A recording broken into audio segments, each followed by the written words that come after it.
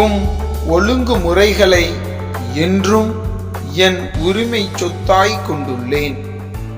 ஆகவே அவை என் இதயத்தை மகிழ்விக்கின்றன. திருப்பாடல்கள் புத்தகம் 119வது அதிகாரம் 111வது இறை திருவசனம்.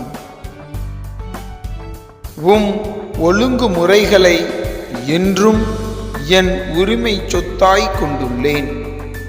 ஆகவே அவை என் இதயத்தை மகிழ்விக்கின்றன. திருப்பாடல்கள் புத்தகம் 119வது அதிகாரம் 111வது இறை திருவசனம்.